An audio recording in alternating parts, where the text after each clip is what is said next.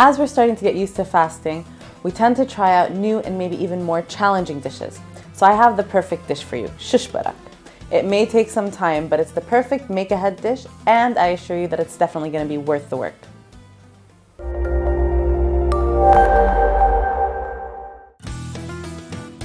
Hi, I'm Salah from Middle East Monitor, and today I'll be showing you how to make Shish BARAK. Growing up, my dad called this dish cat's ears, and we loved it.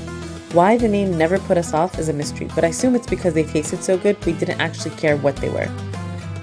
The dish is actually called Shish BARAK, and although it is a bit tedious, it is worth the trouble.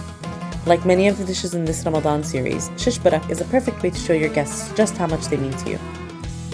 These delicious dumplings are the Arab world's answer to ravioli. Stuffed with meat and cooked in a garlicky, herby yogurt sauce, they are seriously addictive.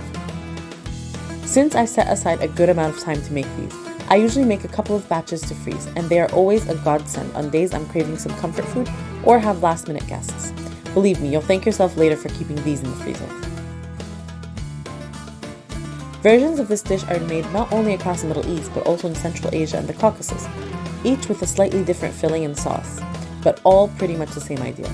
The recipe has been made in the Arab world for centuries. It appeared as far back as the 15th century in the popular Arabic cookbook from Damascus, Kitab al-Tabakha. The name is believed to be derived from the name joshpara, with josh meaning to boil and para meaning a bit. While they are time-consuming to make, dumplings are actually pretty easy. You want to make sure your dough has enough time to rest so it's easy to roll out. And when you do roll it out, you don't want to roll it out too thin so it doesn't break in the sauce. Don't overfill them and make sure you pinch them tightly so they don't pop open in the sauce.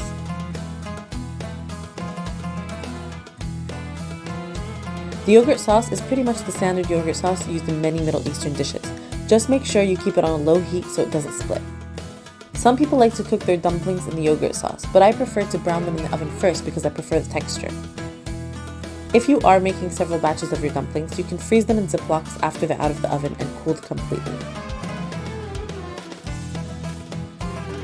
Serve these on their own with an extra sprinkling of toasted pine nuts or with a side of vermicelli rice and enjoy.